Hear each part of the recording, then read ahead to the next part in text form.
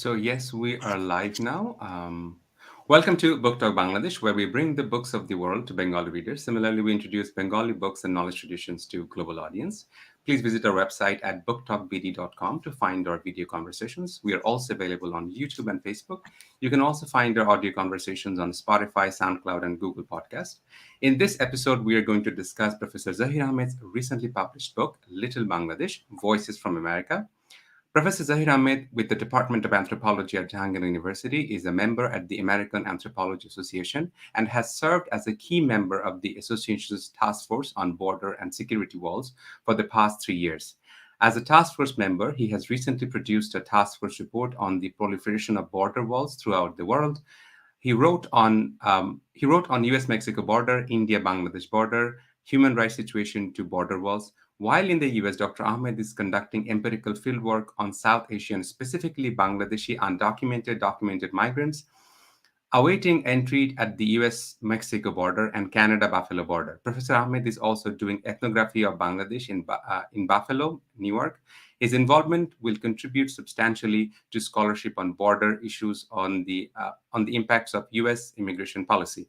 Professor Ahmed is doing field work at the US-Mexico border region in Arizona, California, and Texas. In addition, Professor Ahmed will conduct research to further investigate and prepare relevant scholarly evidence from anthropology and archaeology that that document the construction of border and security walls throughout the history, as well as impacts of these walls.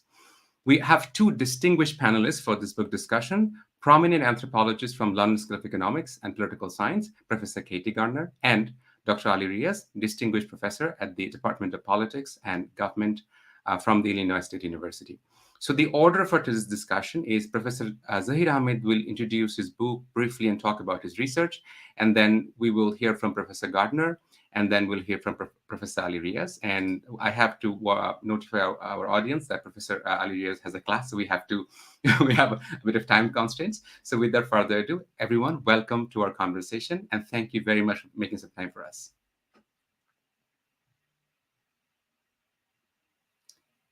Professor Ahmed, sir, Yeah, Professor Ahmed, and also for our audience, I'm very excited that Professor Gardner also understands Bangla. So from time to time, we'll probably switch in Bangla a bit. yeah. So if that is okay. Yes, sir. Thank you very much. Hmm. Thank you very much, Firoz Alam, for arranging this kind of event. Actually, it's not very much formal and all in that way, very much critical or very much official setting, but also my intention is to reach out to the audience as well. So I'm very glad that I'm fortunate as well. Professor Ali Riaz and Professor Katy Gardner have managed, to come to join us. That is, a very special event for me as well. Thank you very much for that, and also to Firoz, and also my students, ex-students, my colleagues. They were very eager to listen this kind of discussion. Very briefly, I have written this book, Little Bangladesh: Voices from America. Actually, it was the outcome of my Fulbright postdoc research affiliated with University of California, Irvine. The financial year was 2011 to 2012. So this time span period, 1 year, I conducted field work specifically in Southern California, and in general, I had to go to several places like New York, Chicago, Nashville, and many other cities in the U.S. The book actually it presents a comprehensive overview of the Bangladeshi diaspora in USA, based on case studies across Southern California.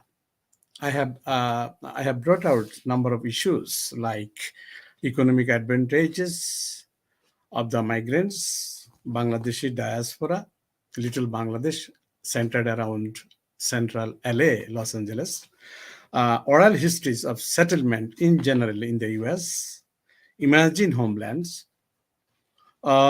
immigration and immigration, trans business and American diaspora, Diaspora and social media, and more importantly, later I included Islam and transnationalism.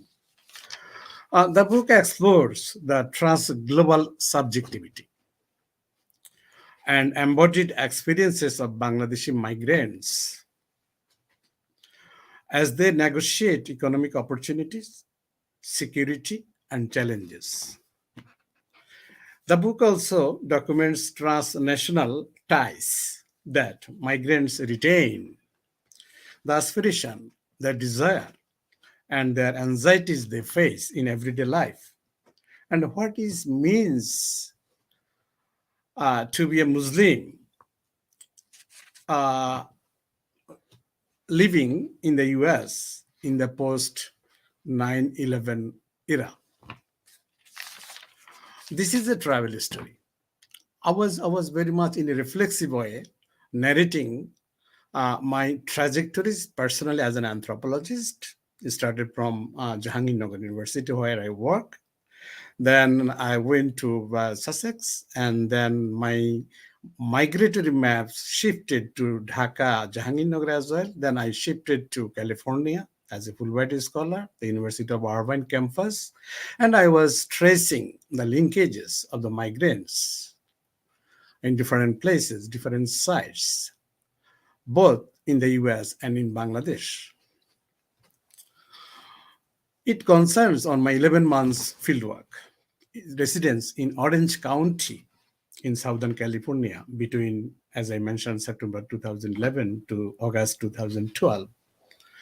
I began to imagine Southern California as another Bangladesh, a home, away from home. This book has not arisen out from a orthodox single site, single location ethnography. Rather, it has multi-layered, multifaceted, multi-sited ethnography I wanted to draw. Because of my investigations, my interaction as a roaming anthropologist with vibrant and dynamics of Bangladeshi immigrants. I should mention that at the end of the medical misfortune, end of my 12-month fieldwork, I had heart attack. And is deemed the prospects of this book that time, 2012, August 19th, in Los Angeles. The test of time, fragmentation, interruption, I revived my force when I was in Jahangirnagar. I took 8 years to write this book because lots of disruptions. And my personal experience, personal narratives as an author also fragmented and disrupted, like migrants who had no linear migration history, but very much disrupted, fragmentary. So as an anthropologist, as an author, also with my respondents, is in the similar status, I would say that. And this book actually reflects my desperate attempt to finish this book. And I joined the department. I was taking classes, doing research. My personal, my familial, anxieties also interrupts this book when I was at home. It's not like a PhD thesis, Sometimes we are allocated, it's allocated and write up the thesis, but it didn't work like this. And my travel started with a piece of history and started in Los Angeles, Southern California in particular. But amazingly and surprisingly, I finished it in Bangladesh, in my home district, Noakhali, where I discovered the legendary figure, the Chacha uncle, who assisted to bring more than 100 families, several lineages to Los Angeles. But I discovered his tomb. He was buried very close to my home villages. And as I said, this is a travel history, not a journey, not a middle-class, old-fashioned metaphoric journey, but it's a travel, different trajectories. And I discovered that legendary figure close to me at home. So I said, I would say that this LA community or Los Angeles community is amazingly connected with Desh. So Desh, Bidesh, home away, here and there, I was thinking whether it is possible to make distinction these two poles in two different parts, but in one part. So that is the central question of this book as well, of my research, these two questions. What transformation is taking place and diaspora, Bangladeshi diaspora in the US? And secondly, what do these transformations tell us about the Bangladeshi Americans in the process of global encounters? So, as I said, that not in a single site ethnography, in one way traffic, but rather they're more than diaspora. I would rather looking at the notion of transnationalism is very much actively involved both at home and away. So they are not just nostalgic Bangladeshi diaspora who are memorizing, recalling memories, fantasies there in the US. Rather, they're actively visiting their home villages, involved in business, buying, shopping, malls or flats and many other things. So within a click, they are connected with Desh, and so Desh and Bidesh is another point of departure in understanding diaspora. Uh, whilst I was in Sussex, this is the background, I was involved in many researches. And of course, with Dr. Katy Gardner, she was my master's and PhD supervisor, and we collaborated number of researches with Bangladeshi, my diaspora in the UK and also in Bangladesh. And that's I have developed my interest. And later, I involved in Manchester University, another transnational research projects. And that way, I was trying to understand. And when Fulbright gave me that opportunity, then I thought that I should explore Bangladesh diaspora in the US. So my that UK-based research continued to the US as well. So I was actually trying to understand what is the difference between the two countries, because London immigration, basically, especially from Sylheti people, they settled in the UK, and then 95% more than people are from Sylhet. But in America, this is completely different. Not only one particular region on single community, but it is diverse, and professionals. Many professionals are also in the US rather than UK. So these kind of things actually enabled me to conduct this research in the US. This book actually, I say that is drawn my attention. Number one, first, I have located my approach firmly within the current fields of transnational studies of globalization. Number two, in the light of that, my fieldwork was multi-sited and transnational, taking me from coast to coast. I had to go to San Francisco. I had to go to Long Beach. I had to go to Brooklyn. And things. So there was the navigation also played an enormous role. And I wrote one chapter on history of settlement in the US, Bangladeshi people. I was digging out the archival research in Brooklyn, in LA, and found fascinating things that when 1917, 16, people from the India, and then that time it was from Calcutta port, Bangladeshi origin people moved to San Francisco as slaves, part of slave trades, and later 1816 that continued, and later after the independence, and then DB lottery, many ways people settled. I think I've written it in detail in the chapter. And thirdly, Bangladeshi migrants in the US are mainly concerned about better life for themselves and their families. They're hardworking. I saw it, I found it, and significantly upwardly mobile, often professional and business people, seeing America as a place of economic opportunity and security, anxious to fit in while retaining their transnational ties and ties with others, the same national and ethnic background, for example. They also keep up an interest in politics in Bangladesh and, and still prepared to put resources into building education and religious institutions back home. An important feature of this book is that throughout we hear the voices of Bangladeshi people for themselves and their families, especially their children, and how they feel about their lives in the US and in Bangladesh. They are legally citizens of the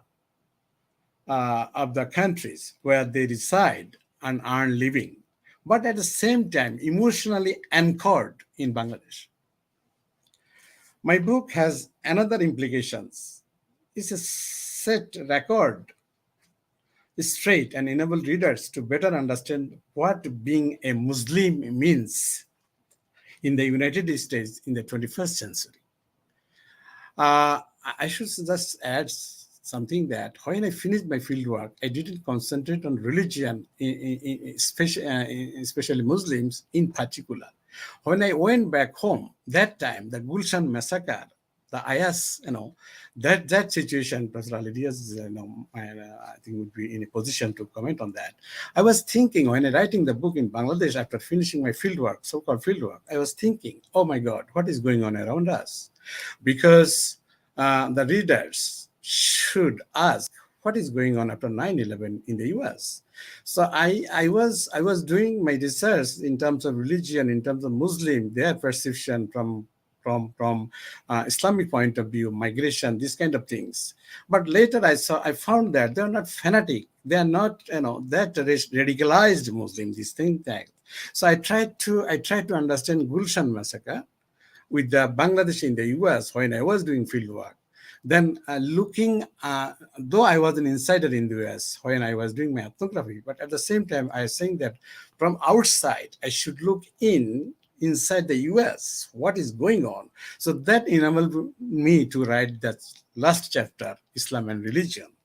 And because religion has an implication for understanding diaspora as well, we cannot discard it from the whole year. So my last chapter is about religiosity, about transnationalism. And my argument was that what Donald Trump and others were trying to level, that hooligans or that fanatic, and homogenizing the whole Muslim in one category. I saw no, Islam is diversified, is different, layers. Practicing Islam is different for Bangladeshi people who are born and brought up in the Bangladesh, but they're practicing Islam in the US. And when they try to equate that we are the host, we are the guest in the US. So it is our moral duty, religious duty, to respect to the receiving nation. So these sort of things I try to unpack and said that they are not that fanatic Muslim in Bangladeshi diaspora here. So that is my main themes I should explore. That's it. And if you want me to explore more, I will add. Thank you very much. It's very brief. Thank you, sir. Professor Zahir Ahmed is my direct professor, and Professor Gardner is Professor Zahir's supervisor. So we have. Now I request Professor Gardner to engage in a conversation with Professor Zahir and share your insight and ask any question that you have for Professor. Great, thank you. Thanks so much, Zahir, for giving us that overview. Okay, well. Thank you, Zahir, for writing such a fascinating book. I think this book is going to serve as one of the most important accounts of Bangladeshi migration and settlement in America, at least for this generation. So I think it's a really significant book. I think I've told you this, but I'll tell you now, you're a very talented ethnographer. And, I did originally supervise your PhD a long, long time ago. Zahir was my first ever PhD student back in the early 90s. But I have had the pleasure to work with you on many projects in Britain and also in Bangladesh. And so I'm really delighted that this account of your research, nothing to do with me or Sussex, but this is, you're coming out of your Fulbright scholarship in the US, isn't that it's now published. And I think it's a real achievement. It's an amazing achievement and testimony to all your hard work and your dedication over 8 years. It's not easy to do. It's not easy to do when you're also a full-time professor in Bangladesh and within the context of Bangladeshi, academia. So I think it's very tough a tough thing to do, and you pulled it off. So congratulations, and really great to see it. So the book provides us with a wonderful account and the diversity of Bangladeshi lives in the US, and I think, for me, the account of the historical background was absolutely fascinating. So, from these seafaring Lascars from the 18th century, which is earlier, I think, maybe even earlier than Lascars who came to Britain, although I'm sure they also came, many hundreds of years ago, to men who arrived at the partition of India, again, very different from the history of migration to the UK. I think, am I right, Zahir, that Chacha was he came at the time of partition. So, different kind of geopolitical context from the migration to the UK, and then to the diversity visa scheme and the middle class professionals that I think are coming more recently. So I think this, as you said, the diversity of histories and pathways is incredibly striking. And it makes a really strong contrast with the story of my Bangladeshi migration and settlement in the UK. And here, for those in our audience who might not know, the history is much more linear. It's much more, I would never say it's homogenous because everybody's different and everybody's got different stories, but it's much easier to trace a kind of single story. And the more singular story is that, yes, originally, the original settlers in the UK were Lascars. They're working on the ships coming out of Calcutta, but most of them actually were linked to Sylhet. And so whilst these guys in the British context were largely from Sylhet, and that networks from those original settlers and seamen actually were really spread out in the post-World War II era in the UK, and many men came as industrial workers in the post-World War II era. Again, very, very different from America. So what we got in the UK is a concentration of the Bangladeshi population in what were previously industrial centres and big cities in the UK, like Manchester, Luton. Many of the people that I know best are actually in Newcastle. So these were all industrial cities. And then when industry we don't really have an industrial economy in Britain anymore. We have a service economy. And when these industries no longer, became extant and no longer employed men and women, many members of the Bangladeshi community switched to the restaurant business. Again, that doesn't seem to be the case in the US. So I think, in contrast to the British story, I think, as your book shows so well, it's simply not possible to generalize about the origins of American Bangladeshis, who seem just so highly mixed. I think very, very challenging fieldwork, and very challenging to write about that in a kind of compelling and convincing way, because the stories seem to be so scattered. So, although, yes, there are Bangladeshi populations concentrated in areas like Long Beach or Little Bangladesh in LA, but they're spread all over America. And as this seems, am I right, this is particularly the case amongst the more professional middle-class families. So a very highly mobile population, which requires a highly mobile ethnography, which, you have pulled off, I think, very well. And I guess this is what you're still doing. I know that you're currently working in Buffalo, but I hear you're also working at the border. So maybe we can hear a bit more about that later. So I particularly appreciate the narratives of your interlocutors, and also your accounts of your own early experiences of coming to Britain and coming with your very young children and Asma, your wife, who I know well. And so I think, that's really resonant. I really love the way that you trace your own life story and experiences and your family experiences with those of the people that you're working with. And, one might say you are a so-called indigenous ethnographer. I mean, maybe that, I don't know really whether that is the right way to think about it, though, because also you're an academic and a scholar. So anyway, we can maybe discuss that. So I thought, the discussions of Little Bangladesh are so deeply resonant of Bangladeshi areas in East London, particularly Brick Lane. I don't know if any of our audience have been there. I'm pretty sure Zahir has. Of course, Brick Lane now is very gentrified, so that also is now part of history. And I also really loved and was fascinated to hear about your trip to Noakhali to meet Chacha's family and find this tomb. And of course, I don't know if you shared, but Noakhali is also your dash and your place of origin. So I love this linking of these stories, these interwoven stories. The book would be a vital resource for anyone researching the Bangladeshi American experience or indeed the Bangladeshi diaspora. I do agree with you, Zahir, better to talk about transnationalism, but we are talking about a global population after all. So I'm not going to describe your book in or provide a long, detailed evaluation of it. You've already provided us a nice account of your research. So if there's time, with the permission of other members of the panel, I just really wanted to ask you some questions. Is that okay? Sure. Is there time to do that? Yeah. Okay. Yeah. So, I mean, and they're not particularly beautifully organized. They might come across as slightly random, but here goes. So I guess one of the things that does come across, although you are talking about some of the population being really professional and doing incredibly well, and maybe these are people you had less in touch with because they seem to have moved out into suburban areas. You do say that American Bangladeshis are not doing so well compared to other South Asian groups. Is that correct? And can you tell us a bit more about why that might be? Now, yeah.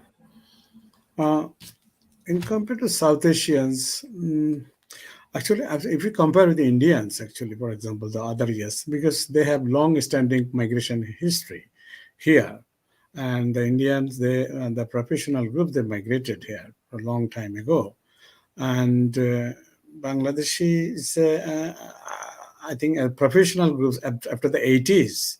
The students or service holders, doctors, engineers, they migrated to the US. And so I think in terms of the timing and in terms of engaging with different, yes, so there is a significant difference with the South Asians, Bangladeshi community. But now I think when I was going to Silicon Valley or in California in general, in different places, I found that lots of Bangladeshi high-tech engineers and software engineers are now working there. And so I would say that, Bangladesh is the second generation. They started there. Yeah. So in terms of generation, I think it happened to UK as well, because Bangladeshi settlers, they started their restaurant business at the beginning, but later their second, third generation there is even become the parliament members and others, in hamlets, they are taking responsibility.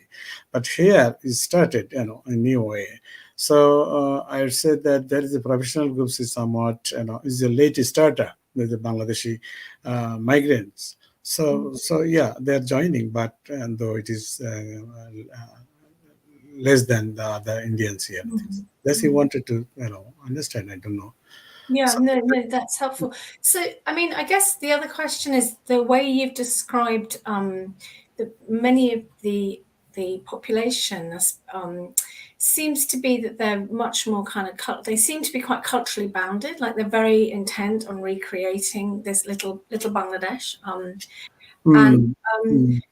again, you said 95% still speak their native tongue, and I wondered to what extent that is generational, and whether you think that is really going to change over the next. Actually, the U.S. statistics, U.S. survey statistics, they provided these, statistics I used in my book. Yeah, that's true. It's a Bangladeshi community at home. They speak in native Bangla, and followed by Pakistani, Indians, and some Hispanic people there. So two things is very noticeable. I found it. Bangladesh is the first growing ethnic community in the U.S. I would say that is skyrocketing, they said. And second thing is about using Bengali mother tongue, so it doesn't mean that they don't speak English in work site and other things, but they prefer to use it. At the same time, they take other burdens, providing facilities that would do that their kids, learn Arabic in the religious schools or madrasa, and English and Bangla, So that happened to Bangladesh as well, that we have that tremendous pressure of languages when we are kids. So I don't know, but in Buffalo right now, I am staying. It is another Bangladesh, and they speak in Bangla definitely in everywhere, because they have mosque, they have madrasa, they have grocery stores and some. But it doesn't mean that I would say that it's not like. Homi Baba's melting pot concept. I think each and every community, India, Bangladesh, Pakistan community, they are distinctive in their area, because oneness, that concept we do practice, whether it's Bangladeshi or Africans or other peoples. But definitely all the communities retain their own distinctive area. So in that sense, that I would say yes, little Bangladesh is another Bangladesh, as I mentioned. But will little Bangladesh be there in 30 years' time?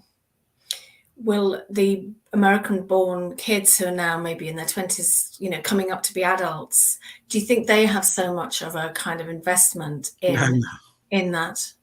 Now, definitely, second generation, third generation. I was asking, what is your dreamland? They said, Disneyland. Do you want Bangladesh? I was asking to the kids. Bangladesh? No, sometimes I go. So what is your home? What is your desh? It's America. This is California. So this kind of things, I think definitely intergeneration, it will be changing. It everywhere. In the UK, in your study, we see that this is changing the second, third generations. So it's not like little Bangladesh for them. I mean, I think, I mean, it's very similar to the UK, but there's one big difference, or maybe this isn't a difference, but one of the major factors, I think, in thinking about Bangladeshi transnationalism in Britain is that many people migrate to Britain via marriage, or rather, it's not that they get married, just to migrate, but but marriage between families back in Sylhet, and not necessarily between families, but arranged marriages actually bring a lot of people to the UK as primary, for the first time. So there's a constant replenishment of people who are actually, you could call them first generation migrants, even though they might be married to British Bangladeshis who are actually second or third generation. So I wondered, you don't write about this at all in your book. I wondered to what extent marriage is a way in which people migrate to the US. Definitely, in future, I'll do that. But here, not marriage. Actually, I said that in the US, the family reunification took place because of the immigration policy. Because U.S. governments, that they have given that opportunity to bring your, relatives, and they join there. And also the diverse professional groups are here. So it is very much diversified, not only in terms of geographical location in Bangladesh, but also different professionals and also the migration background. So that is also make difference between the UK and USA, Bangladeshi diaspora. Yeah, I in future I'll think about that. Okay. Thank you. So I mean, I do think marriage is really sort of interesting. Yeah, sure. It's also the way that families remain interconnected. Again, but this is very Sylhet. That's in my experience, that's Sylheti. But of course, it doesn't. That being Sylheti doesn't mean it's also not wouldn't be the same in Noakhali or other parts of Bangladesh. Okay, I mean, I don't want to take up too much time, but I also wanted to ask you about property markets, because I think this is super fascinating. And again, it really is about the ways in which parts of the world, like whether it's Buffalo or Long Beach, LA, are actually directly interconnected with the economy and the property market in Bangladesh and in Dhaka. I guess in Dhaka in particular, but also within the property market in people's kind of village areas.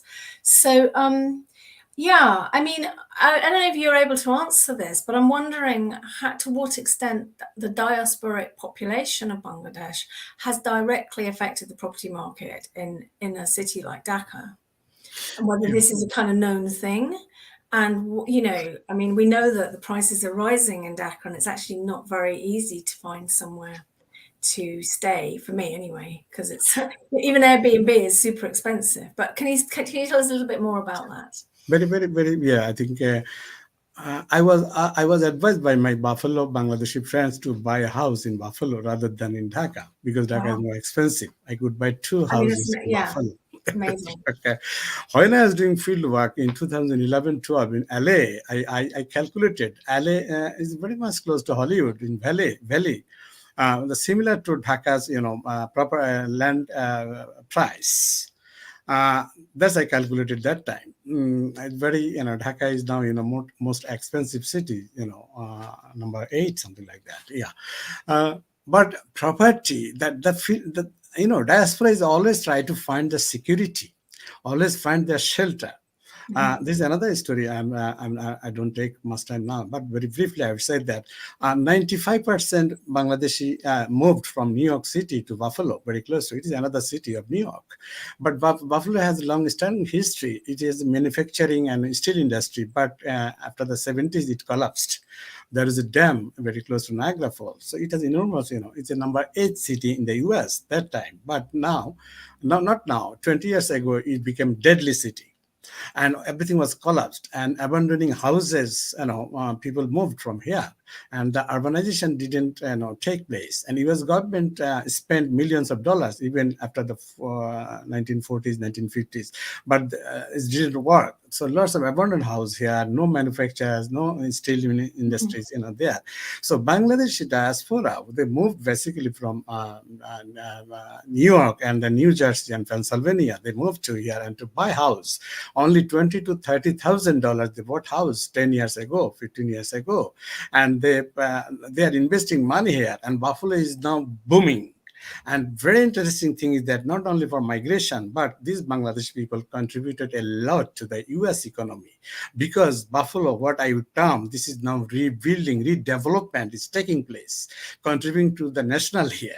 So, diaspora, people are investing money, they're buying property, making it their dish, their home, everything is there. Each and every hamlet you will find mosque, madrasa, and then grocery stores, and many things are there. So this is a classic examples of investing money, whether it is in Desh or Bidesh. Not necessarily it is in Dhaka or Sylhet or Noakhali, but also in Buffalo as well. And and also it's a really, I think, important story to tell, because it shows how the presence of migrant communities actually lead to the development of the de-development of parts of places like Buffalo in the US. So actually, migration is a positive force for economic development. Sure.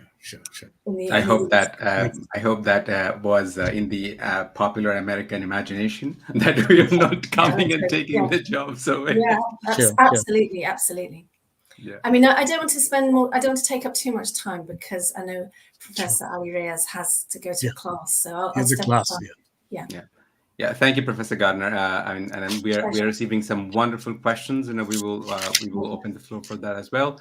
Now, Professor Ali Riaz, we will wait for Professor Riaz to share his assessment, and also particularly the complexity of Bangladeshi diaspora, understanding that how many socioeconomic factors are actually forming our subjectivity in the diasporic context in American politics and narrative. Please, sir. Thank you, Feroz, for giving me this opportunity to read and of course, talk about Zahir Ahmed's book. Zahir and I talked about this book when he was writing it, if I recall correctly. And so it's a great honor to have this opportunity to read and talk about it. I must congratulate Zahir Ahmed for writing this book on Bangladeshi American. I have hyphenated it. Professor Ahmed has not hyphenated it in his book. He talks about Bangladeshi American or Bangladeshis in America. I have hyphenated because that is what I have done with caveats with respect to my own work in Britain about the British Bangladeshis. One of the important elements or contribution of this book, as Professor Ahmed has mentioned in today's presentation in his book, the exponential growth of Bangladeshis in the United States. It is one of the fastest growing community in the United States. Yet, there's been very few studies on Bangladeshis. Professor Gardner is here, and as we know, she has made enormous contribution in understanding the British Bangladeshis, and there are others who have worked on it. There's a long tradition of the Bangladeshi diaspora community in Britain and available literature that has reflected. However, in case of the United States, it is only recently that we are seeing some of the academic interest on the Bangladeshi American. As I see the book that Professor Ahmed has weaved stories of the Bangladeshis, which has taken us from Los Angeles to New York to Illinois to Tennessee. In a sense, it is weaving stories, but at the same time, it is a single story that of transnationalism that he's speaking. These stories and these observations that he has made, the stories of his interlocutors and the observations he has made, frankly speaking, has a personal meaning for me, because in fact, I have realized in some ways that where do I stand in this community? Given the interlocutors have put us in some categories, so to speak. Where do I stand? I have never thought about it. Where do I stand within the Bangladeshi communities or Bangladeshi American community? It has, And particularly for me, I live in a very small town called Normal, and there's a non-existent Bangladeshi community, so to speak. So occasionally I visit these cosmopolitan cities, whether it's Chicago, New York, either for work or for some other reason that and this book has provided me a different perspective, because when I go there, I just go for work or something. I don't stay there, and this is the perspective that tell me about the dynamics of identity and belonging in the society, and that is very interesting perspective. And I agree with Professor Ahmed that ethnographic method that he has provided as a valuable way of understanding the community. But as a footnote, perhaps that I'm not yet with Professor Ahmed when he speaks, as in page 13, that surveys and structures interviews do not yield any substantive picture. Yes, he has remained ambivalent, but he has used the method of surveys and case studies, whether they are more objective as others call, which Professor Ahmed has raised question is important. And while we are on the methodological issue, before I move on to the substantive issue of the religion question, which Professor Ahmed and for those you have asked me to talk about, let me point out three things that has come through the book and is today's presentation as well, is the distinction between Desh and Bidesh, which is central to the understanding of this book. I must say that the author deserves kudos for problematizing the concept of home country and what we call Desh Bidesh, home and away, laying out how he conceives these two and the relationship, because that is very much central. Even not only on this book, I understand that this is a central issue with respect to the diaspora's issue, studies and transnationalism. The issue has remained critical in understanding, but if my reading of the book is not incorrect, the author has eventually made a dichotomous category, as if one is contingent on the other, despite this transnationalism. The large body of literature that we have talks about the relationship between this homeland and diaspora, what Andre Levy has called as pairing, like solar system, that one is contingent on another. But this simplistic way of unidirectional relationship seems to me very problematic. And I think this should be avoided, because it is not always contingent on. And as we have seen in case of this, what usually described as a second generation, but could have been second, third, fourth generation. The subsequent generation that doesn't see it in pairing with this. Their understanding of these two spaces are completely different from what is the first generation, those who are just migrating too. And in this context, I'm more in favor of taking a Stuart Hall's position, who has quite unequivocally stated that, let me quote: diaspora does not refer to those scattered tribes whose identity can only be secured in relation to some sacred homeland to which they must return at all cost.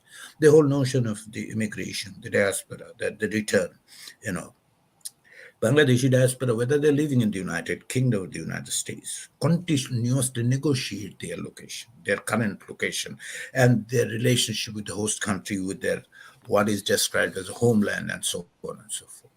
So they don't. I don't think that most of them, if not all of them, definitely a large number of them, and particularly the ones that the book talks about, the DV, immigration that we have seen, not only chain immigration as it is often described as, the family migration that we have seen, the myth of return or the ideology of return, one day we will return to our homeland, seems to be dissipating. They have this belonging. There is no doubt in my mind, but it has taken a completely different meaning. Rather, I would say, again, I'm drawing on Andre Levy and Weingarts and others, that it is rather a center that they want to keep in touch, but not necessarily return to. And this is their identity is not always vis-a-vis their country. So on the one hand, yes, we do identify Bangladeshi hyphenated Americans, but not necessarily. The centers are places where one might visit, but they're not conceived as the ancient home where one day one should return. That's not the idea that they have, and that is perhaps this is perhaps this is my observation. So that might have been colored by my observation being here for decades, that increasingly, as the negotiation takes place with space, with time, with the situation, and what Professor Ahmed's book has spoken about, these economic opportunities that they see, their concept, but also generational. There is a generational element to it. And there is also another dimension. That's why this intersectionality that comes here. What is the intersectionality? That is the gender question. That is the economic status question. Professor Ahmed has spoken, his interlocutors have spoken about those who are on the professional, quote unquote, professional class. Perhaps I belong to that, who doesn't see it in this way. They might have a center, they have an idea, but not necessarily an imagined one that is, or not a nostalgic one that they've left, not an imagined one that they will return to. But they do keep in touch. And in doing so, what we see that it varies. There is no singular, element of this formulation that yes, this is how we are going to look at the center. This is how we're going to see.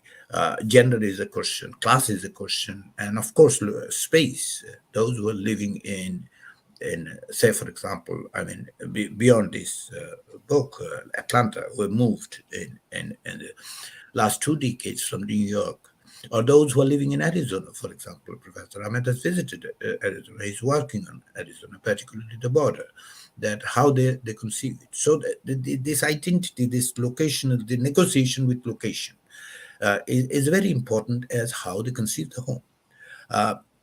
The second point is the one that is again at the heart of this book, and all this conversation that I'm bringing in is not only about this book. This is something that, given that Professor Ahmed's book is in a sense a groundbreaking one, opening up the door for conversation about how we should look into the coming works with respect to the Bangladeshi American. Let us look at these methodological issues, and that's why I'm bringing it up.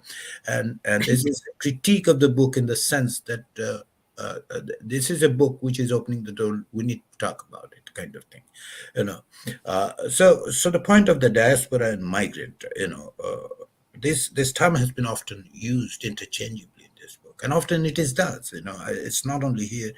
I've seen it in case of UK Bangladeshis or even other communities. And he said, for example, in page 17, then methodologically the distinction is very artificial when trying to understand something ethnographically. But the purpose of this distinction is to create this different vision of the whole field. And that is the point that I'm trying to understand. That whether, in a very rudimentary formulation, of course, in terms of referring to the community, which is located outside its home, there's an implicit assertion, so to speak, that the members have been displaced. That is how the whole concept of diaspora historically started with the Jewish community moving. But that is not where we stand today. This is completely shifted, moved into a completely, different direction. Now, if you look at the three coordinates, that is the homeland, the displacement, and the settlement. But these things have changed meaning in the sense the displacement is not displacement is voluntary.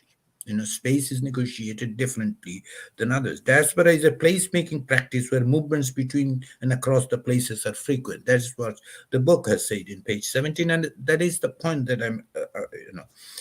My argument is that the migration is absolutely necessary for creating a diaspora community and contribute to a diasporic identity. But this diaspora, it emerges as a specific process of mobilization. The thing I call is the perceptual shift.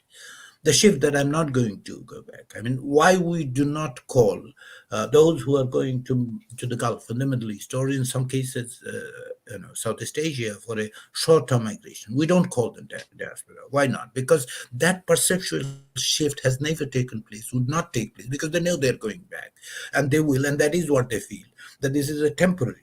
But here, in case of the United States, in case of the United Kingdom, and some other places, Germany, or even in case of Turkey in some instances, the point is that whether the perceptual shift has taken place, who would we call diaspora? And in this respect, this perceptual shift that I am more concerned about in understanding, identifying the diaspora, that seems to be in some cases conflated. Say, for example, UCLA's students, do they constitute diaspora? Yes, they have this, expectation, maybe dream to be living in the United States, be part of the community. But should we call them diaspora yet? Has that perceptual shift taken place? Has they imagined it? Third methodological point is the outsider-insider question. This is a contested issue in diasporic studies, and again, I must acknowledge and either as a footnote or maybe in the principal text, I should say, I'm not an anthropologist. I'm not an ethnographer, or perhaps my primary area is not a diasporic study. Without questioning the differentiation, author has suggested that it is a study from inside, and this is in page 111. The point here is whether we as a researcher, being with the community, but not being experiencing the daily lives for a longer period. Longer period, I don't know what longer period means. A year, 3 years, 5 years, 10 years.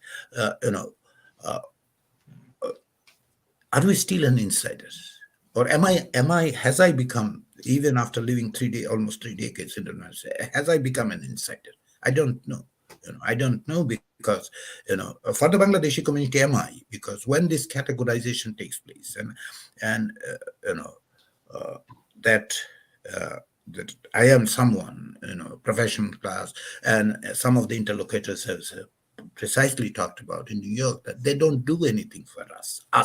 They have mentioned that there is an us, despite the fact that me, being a Bangladeshi American and perhaps being part of the professional one, hasn't done anything for them. That construction, does it make me an insider or does it make me an outsider?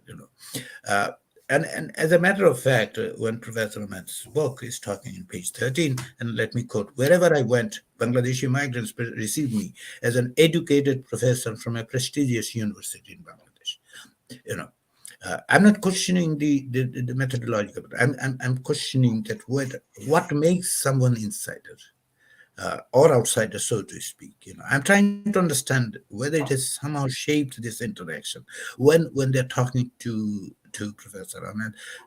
are they talking as part of them that who is going to, or are they talking? Oh, professor is asking some question, and let me respond to it. I mean, there is a completely different two perspectives. And I don't know whether is there a resolution to this question. Absolutely not. In 1990s, there's this book that Hedley Pike and others wrote about the emic things and ethic things. I'm not going to revisit that debate, but it remains, and it has remained, and in this case, it has. Because as we proceed, as we will see more and more studies on the diasporic study, you know, should we keep that one in our mind? That even how much is immersion? I don't know. I would not dare to work on sorry, the Bangladeshi American yet, because I don't know whether I have immersed enough to understand them. I don't live. I live in, as I mentioned, there is a reason that I mentioned I live in a small part, because that precludes that immersion. That creates that barrier that even if I move into New York and start, yes, I've lived in this country for 3 decades. That if I say that one, then someone might say, yeah, maybe he understands the Bangladeshi community, but I don't think I understand the Bangladeshi community. So, having said this methodological question is not a particular critique of. I'm not suggesting to undermine the methodology of this book, because, as I've said, it's a fantastic book. I've read it. I read it as a storybook to begin with. At the same time, I've traveled through it, because it has taken me my own experience of traveling from countries to country. Then I've lived in several countries and several places within the United States. That told me that this is a journey, and that journey has been captured well in this book. And that is why my expectations have risen that these are the things and going forward. Now, let me come to the substantive issue of the religion, which rightly Professor Ahmed has mentioned today and in his book, and in page 20 he has described it as a crucial issue. Understandably, on two levels, that the religion question is very important, perhaps at the three level. The first level is the United States, where these spaces are located. In post 9/11, what we have seen, this rising Islamophobia. It was there. United States media and the society has this Islamophobia. It was accelerated, accentuated, and taken to the mainstream in post 9/11. Does not mean that it was invented after 9/11. On September 12, it was not discovered that America has a quote unquote Islam problem. It has been, despite the fact that it has nothing to do with the migration. The largest Muslim community in the United States is not the migrant community, it is the African American community. Historically, America didn't find Islam from South Asians or the Middle Easterns or the Arabs or something. It is the African American community who have been brought into this country as slaves, and this, painful history of the United States that many try to ignore and in some cases deny. For example, this whole Republican, diatribes against this whole thing. So the point is that this is a crucial issue at that level, the United States. The second level is that Bangladesh. We're talking about the Bangladeshi community here, and in the Bangladeshi society, it has changed. The importance of the religion has always been there in the society, in the public sphere, but the point is that how it has been politicized, instrumentalized, and in various fashion it has been instrumentalized. So when we are talking about the Bangladeshi community who have been arriving now, yesterday, or maybe coming tomorrow, or the last year, or the past 10 years, they have been part of that society where this instrumentalization has taken place and expressions have done. The third is this global dimension. In transnational Muslim identity has emerged. Has it been new? No, of course not. The transnational Muslim identity has been there. But it has, as we have seen in case of Europe, it has taken a different dimension, that the notion of ummah that we see, right or wrong is a subjective one. I'm not going there because this is not the place to raise that question. We might have a different discussion on that. But here, these are the three levels. As you can see, that the Bangladeshis are located at the center of this conversation, that with the Muslim Ummah, the global, the United States, the Bangladesh, and they're located right in the middle of this conversation. right at this middle, the anxiety, the tension, the comfortness, everything you have to see within that. That is what that is what I expected. And in coming works of Professor Ahmed, that is what I want to see, that how this tension, how this anxiety has been addressed, by providing a dichotomous understanding that as if the ethnic identity is Bengali or the national identity as Bangladeshi is somewhat distinctly, different from an opposite of being a Muslim, you know, uh, that I'm very uncomfortable with. I'm very uncomfortable, even in the context of Bangladesh, as I've argued, that the Muslim identity does not necessarily mean negates the ethnic identity. This has been debated in the Bangladesh in 1930s. We are back in 1930s in some ways, but the selective selective history and a narrative, the grand narrative that has been created by the Bangladeshi state and its is those who are in this, as if there is a contestation between these two identities. It hasn't been, you know, this contrived idea, and it's not only those who profess secularism, they have done it. The Islamists who claim instrumentalize Islam has been selectively picking and pick and choose a la carte kind of thing in a cafeteria of the history and trying to say, oh, we are Muslims and Muslims alone. There's no contestation between you can be a Bengali, you can be a Muslim, and this is in the context of Europe. This has been the issue. Can you be an European and Muslim? Yes, you can. But does the European state's formulation and configuration allow you to do? Does Britain allow it? Is multiculturalism the way to involve it? All these things are being due to. This is where the transnationalism comes in. Transnational movements, how they have located. So this is where I see that the conversation with respect to the Islam question or to Muslim question, however you put it, and I'm sure someone is going to nitpick on the Islam question, is it a Jewish question kind of conversation, but nevertheless the point is that the religion question within the lived experience, how the experience it. Islamophobia is there. There is no doubt the historically is true. But the point is how Bangladeshis experience it. Do they get harassed? Is their identity being shaped by it? Two studies that I remember that have addressed in part. One is the Nazli Kibria's work, which Professor Ahmed has referred to as well, Muslims in Motion, and the other one is, unfortunately, not so widely read, is Shafiq Rahman, who has worked on the Bangladeshi diaspora in the United States after 9/11, from obscurity to high visibility. Both of them came out in 2011, and Shafiq Rahman is a communication faculty. His book has mostly looked into, it was part of his PhD, understandably, in University of Illinois, either in Carbondale, I guess. But the point is that lived Islam, especially in diasporic environment, is complex, diverse, challenging, and how do they negotiate these? And we do not have one single identity. It's not static. It is complete. It is in flux. It is fluid. It is continuously negotiated, every day kind of thing. On Fridays, do I go to mosque? Is a form of negotiation. And the communities, why do the communities in this book, we have heard and seen that there is number of mosques, people do contribute, and how they contribute. There is an interlocutor, I remember that talking about the putting flyers to get those things.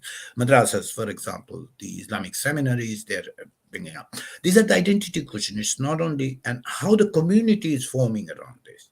In case of Britain, we have seen how communities have shaped by the presence of the East London Mosque, vis-a-vis the Brickland Mosque, and all sorts of things. Has it been happening here too? How those lived Islam in the context of the daily lives, we have to, that is what is the exploration understood, needs to be.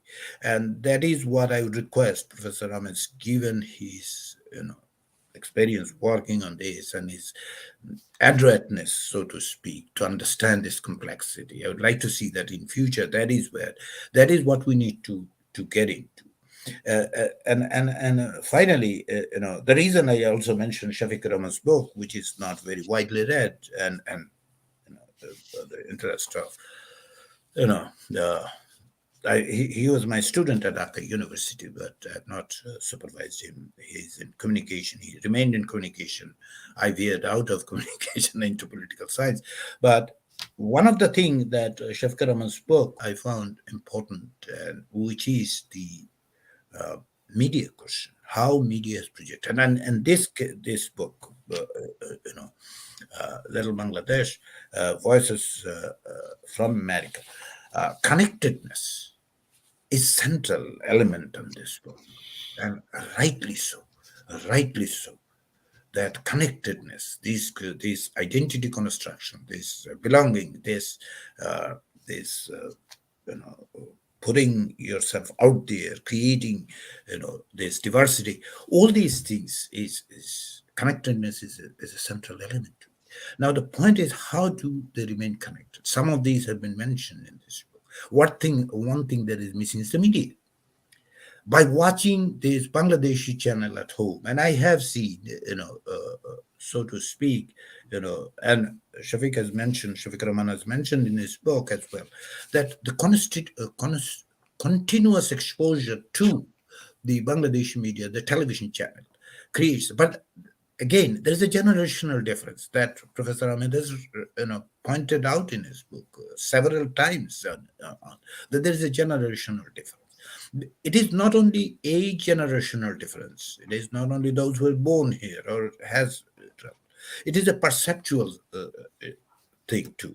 How do they view the world? Do they view the world through the Bangladeshi television channel as it is? Do the culture seems to be portrayed and projected on the television screen from Bangladeshi channel, whether it is Channel I or ATN or God knows what else they watch. But there's another thing is the local media, how they shape, what kind of news they are reading. Do they read? Yes, the first generation, I do know that they do read quite intently. But to the second generation, so to speak, do they? Where do they get their information? Because it is not only information, the social media. It is how the worldview is shaped by that, because now it is selective. If we are calling it the a la carte kind of thing in cafeteria, it is the epitome of a la carte is in communication, as a matter of fact. What do you want? You only read what you like to read. That is the point. It creates an echo chamber. It contributes to polarization, a pernicious polarization in the United States. We have seen, the so-called this whole movement with respect to the Tea Party and henceforth this extremist, violent extremist supremacist movement. What is this? The rise of Mr. Trump itself is what? It is basically how you tailor, customize the information, and you consume it, believe it. The whole notion of fake news and other things are there. How do they? How that impacts Bangladesh? Because in some cases, this connectedness that we are talking about is through this media. So I'm bringing this up, all these conversation, and sorry for taking a longer period than I actually intended to. The point is that this is a fantastic work. This is the stepping stone to start with. So here we are. There are these issues that we need to, and despite my some of the issues that I brought, if I call it quote unquote weakness or omission, but nevertheless, Little Bangladesh, Voices from America warrants our attention. That's my point. We need to read it. And thank you, Professor Zahir Ahmed, for doing it. Fantastic work. Sir, one quick thing before we go to question and before Professor Riaz leaves for his class. Quickly, I want to take a few questions and comments. I think you both have addressed it, and we have received the questions in advance. I think Professor Ali Riaz has already addressed two questions asked by Professor Roy. So Dr. Shungita Roy. Dr. Shungit has asked two questions. One is that the us versus them tension within the Bangladeshi diaspora in the United States. And Professor Riaz has raised a fantastic question that when you go to the Middle East, are you considered to be a diaspora? I have lived and worked in Saudi Arabia for 2 years as a high school guidance counselor, and the first experience gave me an insight. The racialization of Bangladeshis and the Muslim Brotherhood flies out the door. That doesn't exist. It just, tell me about it. So that's that. And the second question, Professor Dr. Shangita Roy has asked that and again, Professor Riaz has already addressed it, that when Professor Ahmed talked to his participants, how did they view, and me as a Bangladeshi, and thank you, Professor Riaz, I also subscribe to the fact that I'm a hyphenated Canadian. I never will be a Canadian. I'm a Bangladeshi Canadian. So let's not. That might be good too. I mean, I'm not a Feroz, sorry for interjecting. I don't think with caviars. I have used it with caviars in my work previously when I talked about the British Bangladeshis and the question of Islam and the Muslim identity question. I think with caviars it's not bad that that hyphen. That gives a different dimension to it. But then again, of course, hyphenated identity is, at the end of the day, hyphenated identity, isn't it? Right. And within that hyphen, there are further hyphenates, and the slippages, and in the epistemic conflict that happens within. And there's a fantastic book on diaspora, is that Professor Haldar from Alberta University has studied Bangladeshi diaspora in Canada for 8 years, and he has a fantastic dissertation. It's called Identity Negotiation. So that basically how Bangladeshis in Canada are negotiating their identity within the so-called multicultural Canadian, mosaic society, which is very difficult. So, Professor Dr. Shangita's two questions. Dr. Zahir, when you talk to your interlocutors, did they sanitize their perception of Americanness? Because we need to hold up an image back in Bangladesh. We have arrived to the land of milk and honey. America cannot be a land of trouble. I just very quick, very brief. Thank you very much, Professor Ali Riaz, for giving you in-depth views, and very, I think he has gone through very carefully, and also he read it a lot. I think I really appreciate, and it's very, very important for me to explore in future if I have any chance.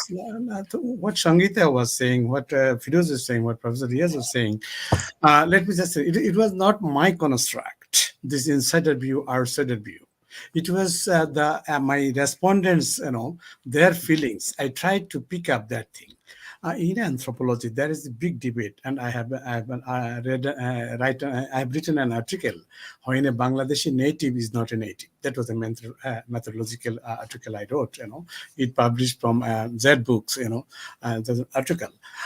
There's a hyphenated identities debate in anthropology, where the people like Gayatri Spivak or many other scholars like Rosaldo, Renata Rosaldo, Lila Abulugod, many anthropologists who are working in America. So debate Kiran Narayan also there, even Akhil Gupta is there as well. Whether they are typical, that Indian or the American or hyphenated, this kind of thing debated there. So I was aware of that dichotomy, this hyphenated identity, native, non-native, this debate. But I was trying to pick up the Bangladeshi professor came from Dhaka, and he is studying here. He's here. So I was, in the, next to their driving seat, in LaGuardia Airport, or they received me from Chicago, or then said on Sonar Bangla Gan was going on airing and said, oh, he's our professor, invited me for a meal, or, that Kochulluti or other things. So this kind of things I found that is very close affinity to their Deshi professor. In that sense, I was saying that, this kind of what Ali Riaz was saying, interlocutors. I just tried to pick up their constructs. What do they think about that? It's not academic construct. I was always, against this kind of dichotomy, that's thing you think. And second thing is about it is very much subjective. I should say that each and every, this is not that objective scientific research we do in qualitative research. So maybe I was biased, but I appreciate Professor Riaz's that point that I tried my best to pick up the voices. That's why I meant use that in subtitles, voices, men, women, children, then Deshi, Bideshi, this kind of multiple realities I try to pick up, their voices. So again, it is a subjective, judgment or one researchers because on our forehead it is subjective, yeah. So that's I think very important thing. So I appreciate that here, but I'm aware of this debate. And the second thing I like, Professor Riaz, is another thing that I mentioned to Katy Gardner here, that Buffalo Bangladeshi people are doing. So locations and relocations, and what you said, negotiations. That's why I said people are mobile, going here, going, Toronto, then in New York, then Dhaka, then Nashville or Atlanta, then many places they're moving around, and that's the question of, their survival strategies as well, and also to build up a space. And a very important thing I find that in Little Bangladesh, that third street in central LA, some grocery stores they have become as a identity marker. That's I'm saying not marketing but place making things. So again, this is one kind of reinventing identity. I mentioned that things through these civic activities, through these things. Anyway, so they are very much vibrant and they are very much, I think. Thank you very much. That's enough, So, Sorry. next comment and actually question is taken from Professor Gardner's question. Professor Gardner was talking about marriage. Professor Naveen Murshid has raised it. One fascinating aspect about marriage has to do with cross-cultural solidarities. If you have read Bald, means Vivek Bald's Bengali Harlem, fascinating book. If you have read Bald, you know how Bangladeshi men made it in America with the help of black and brown women and men. When men were able to bring their wives, it changed the dynamics in foreseeable ways. And I think it is also important to bring this into Professor Naveen Murshid's another comment. Next one, sorry. Which is connected to Professor Riaz's observation that useful think about Vijay Prasad's idea of Gurmit consciousness, the tension between the idea that they will return home and the fact that they will not, and how that prevents them from really engaging and claiming their space in the host communities. One Bangladeshi anthropologist says it beautifully in Bangla that Amra ashi kintu pouchai na. We come, but we don't arrive. So we need to recognize the fact that, based on Professor Gardner's question on marriage, is that Bangladeshis have made it to America at a time, I think as early as 1890, when Bangladeshis who jumped ship, these are the indentured labor, in Newark port, in there, that these Bangladeshi men were criminalized by two most powerful empires at the time, the British Empire and the American Empire. And the survival of Bengalis at that time was possible because of this solidarity extended towards them by Black communities, by Puerto Rican communities. But unfortunately, we Bangladeshis or Bengalis, immigrants, diaspora in North America, a lot of the times forget, particularly after, I would also want Professor Riaz to chime on it, if he has time, is a lot of the time our critical consciousness forgets that part, or probably that is not brought in the forefront as much, is that our collective survival and position that we have today in North America, a lot of it, its solidarity is rooted historically. That was obviously based on capitalist, racial capitalism, obviously, imperial domination and capitalist exploitation. So Professor Gardner, start with you. I think that's absolutely fascinating, and I did pick that up. There was an account of one of the earlier migrants. Was it Chacha actually, who married a Black American woman? I Right. Can't quite remember, but I picked that up and I thought that was fascinating. I was just a minor reflection is that actually I think quite a few of the guys who came to London in the 1950s and 60s, they married white, working class white women. And that is not, I don't know of much research on that. and that's not really part of the official story, but it's really, really interesting. And then this is more like hearsay, because based on kind of my memories of working with some of these elderly British Bangladeshis, is that they'd maybe divorced these first wives, and then they brought second wives over from Bangladesh to care for them when they were actually getting more elderly. But I mean, I think thank you so much, for those comments. I think it's absolutely fascinating. Yeah. I just want to add thing, Katy. I think many studies in UK about marriage, divorce, and this diaspora, but not much in the US, because in the UK I saw this Sharia law, marriage, this kind of things, research with that, but it's not here. Too much. I just was digging out the literature, and Professor Ali Riaz, I was aware of that literature about this, 9/11 and media representation. Shafiqur Rahman's book. I think I referred him in my bibliography. I saw that it is very much fascinating. That time in 2011-12, I came across that year, and because media representation, he was concentrating on more. That's very salutary. I would say that time, this book, after 9/11, I when I was writing this religion chapter, then I said that I interviewed many married women. I interviewed many women who were talking about their belongingness, their positions, their patriarchy, these kind of things I came across.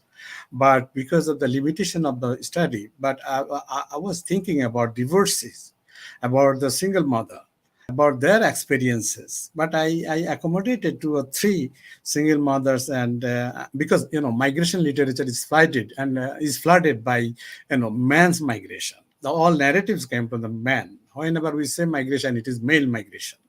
But how about the female migration? That I was thinking, gendered migration thing.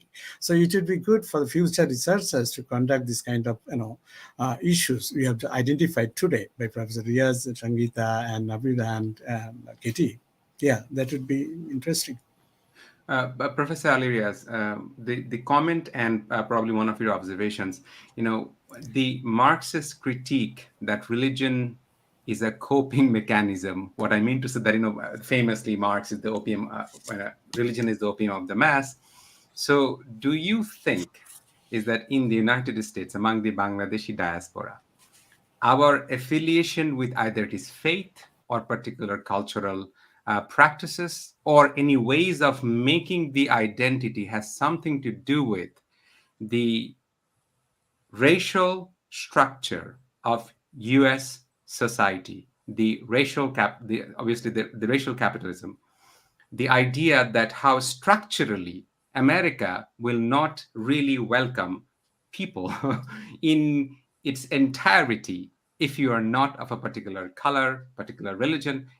We can see very well right now, my heart goes out to Ukrainians who are struggling.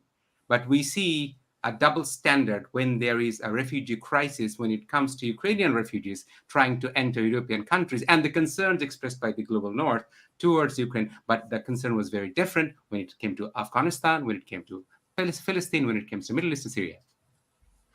Absolutely. I mean, the racialization part, you brought the Ukraine situation. 2.3 million refugees were accommodated without making any noise whatsoever, where 1.6 million Syrian and Iraqis practically was covered in media as if the world is falling apart and how we're going to accommodate 1.6 million. Nobody wants to be a refugee. I don't think nobody by choice becomes refugees. But going back to the question of the religion as a part of this identity formation, here, there are this transnational idea that has impacted.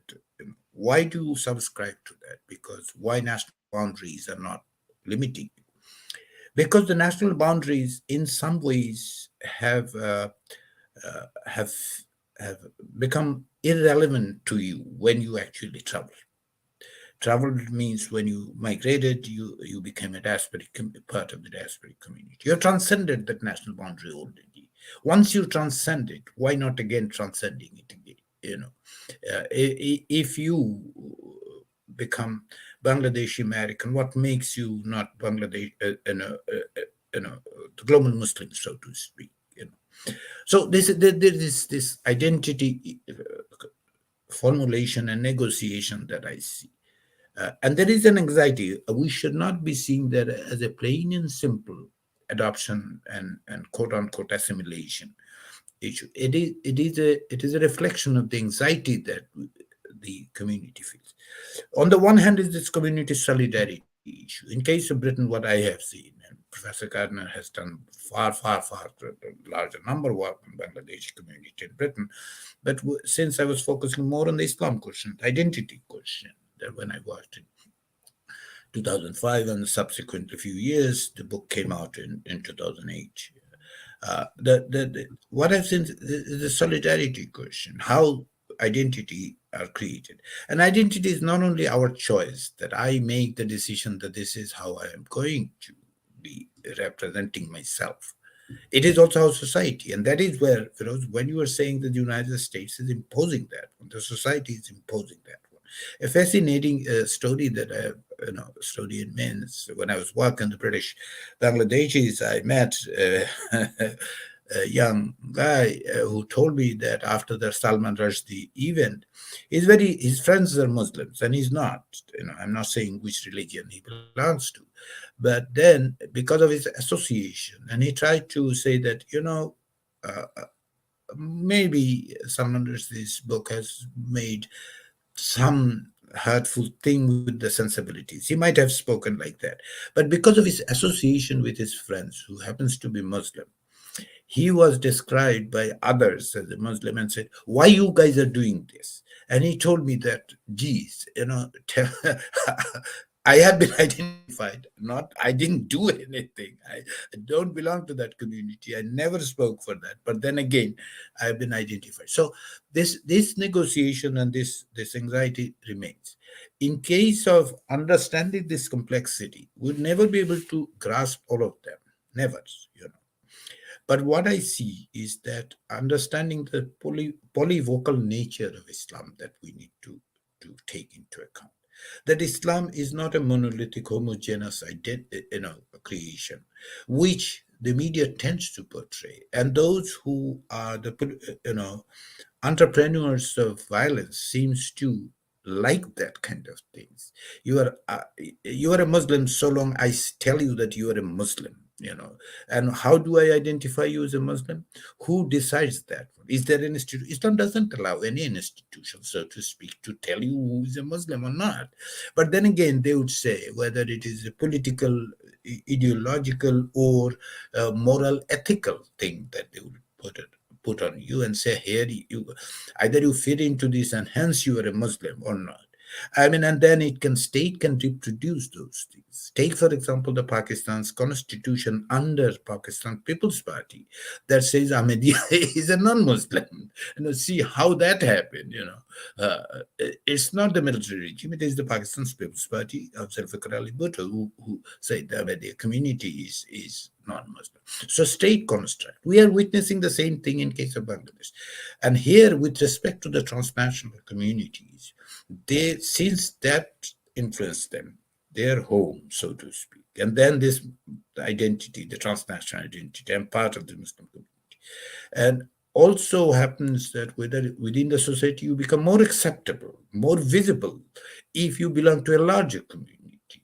That is, you are a Muslim, so you are more acceptable, because yes, I disdain you, but I cannot ignore you. I become visible. I am taken into cognizance that also brings people within this idea of being, identification with the religion. So this is a very complex one. And here, again, the final point is that by the Islamophobic and others, have tried to portray that being Muslim means being part of this violent extremist ideology of Islam, as instrumentalized by ISIS and so on and so forth. We have witnessed that one in post 9/11 so badly. Have we crossed that threshold? Have we gone back? No, we haven't. I've lived in this country since 87. 9/11 is not only a moment of just these attacks on Pentagon, or for that matter, New York. in public psyche over the years, thanks to media, the construction that they've created that came into life, and become larger than life kind of thing. And I've never been asked, despite my first name being Ali, until post 9/11, that whether I'm a Muslim or not. And this is personal. That I've never been asked. I lived in this country, left this country, went to Europe, came back. Never been asked. Either people assumed it, or for them it didn't matter whether Ali is Muslim or not. But post 9/11, in a university that I was working in, a colleague whom I knew at least more than a month and a half has suddenly asked me whether I am a Muslim. So this is the imposition. I never thought myself as such. So why I'm saying this personal experience, that is how it is constructed, how it is, and finally so this complexity, it is very difficult to put it in a box, put it in a narrative. It is a challenge, and the challenge is what the anthropologists, social scientists pick up.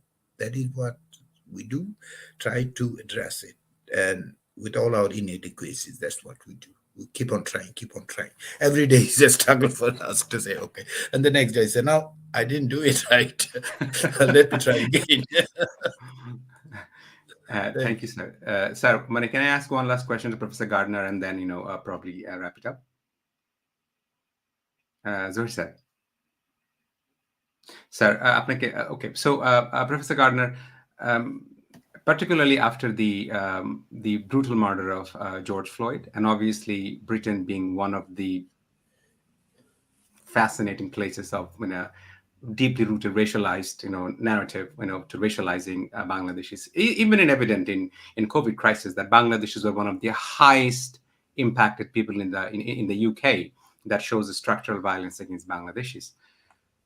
We also see a surge of Bangladeshi British, whether it is Pakistani British or hyphenated British, that they are understanding their position in the society, not being part of the power. They are also raising questions, whether through conversation, dialogue, music, they are expressing their dissent.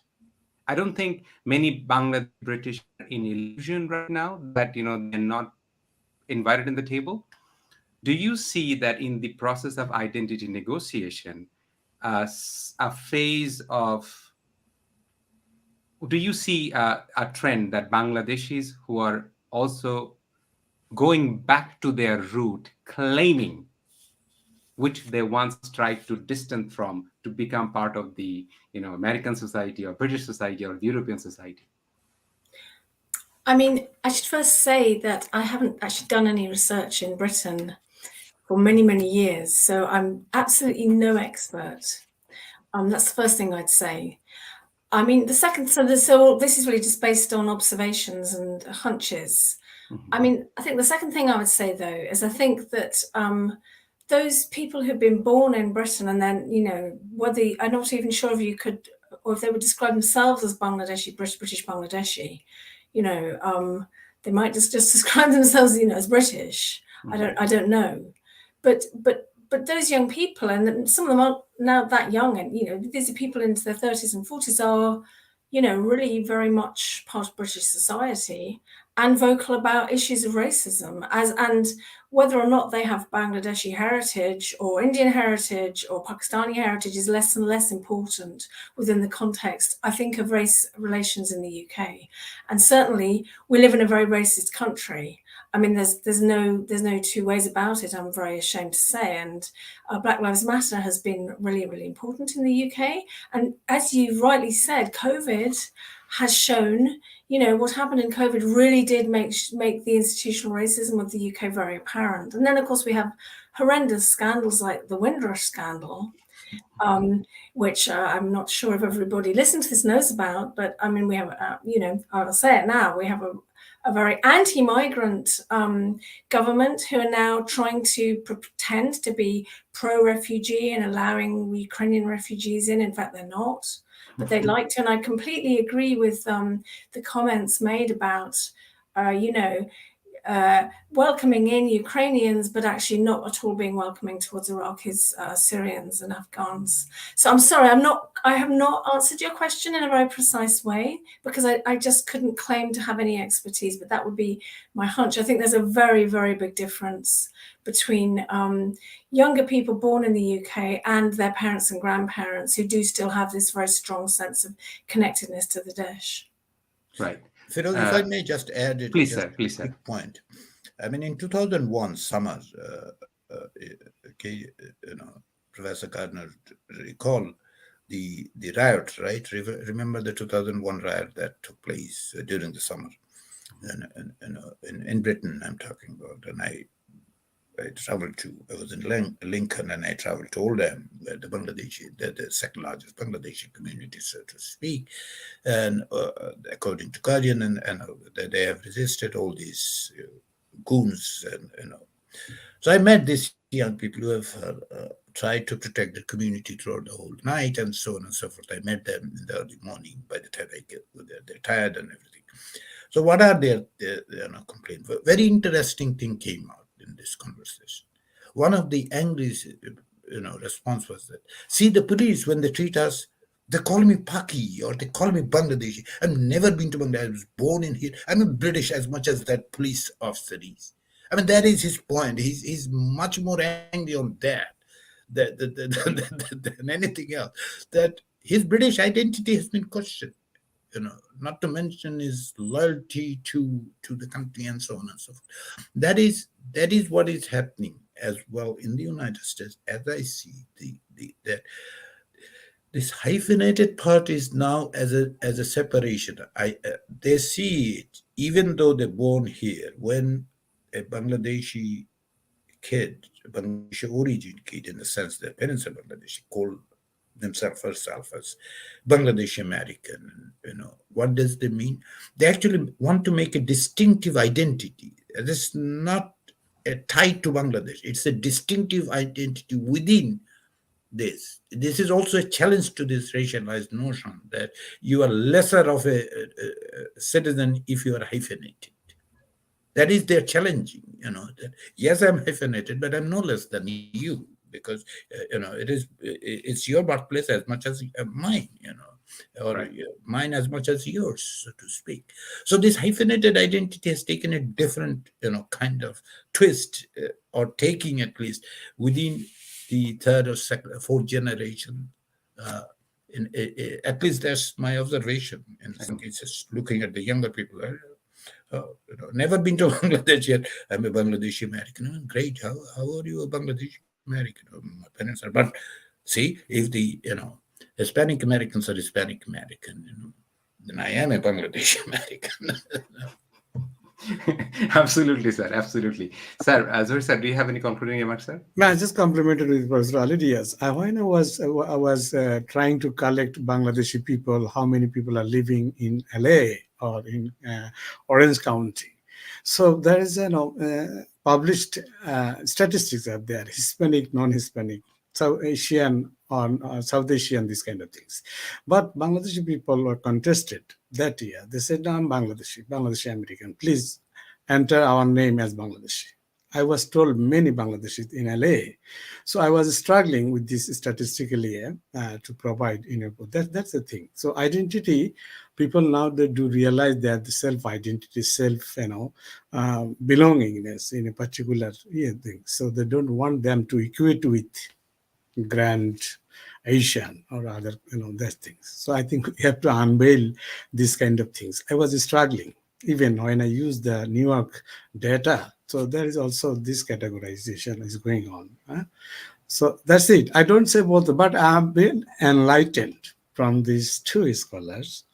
And I've written the book again, but I'll try to accommodate your fascinating suggestions centered around your suggestions and the audiences, that understanding and suggestions in future I'd like to incorporate, add. And it has, as Professor Ali Riaz was saying, that it has opened as a window. I think I have started, this kind of through this research. So many windows will come up. and particularly Bangladeshi diaspora is surprisingly less studied. And I mean, South Asia means hegemony of a particular geographical region. But we Go have ahead, say the name. so we have started. That's the good news. And Professor Katy Gardner, where I was, she taught me. I learned a lot and still learning, still to learn. And also I learned from the audiences and from Firoz. I taught him migration course at IUB, and then I'm fortunate to have Firoz here. So thank you very much for Thank you, sir. this kindness. That's it. Thank you, Professor Ali Riaz. Thank you, Professor Katy Gardner. Thank you, Thank Professor Zahir, and you. all Thank our you so audience. much. Thank Thank you Yeah. for you. inviting me. It has been a Pleasure. pleasure. Thank you. Thank you, sir. Have a wonderful day, sir. Okay.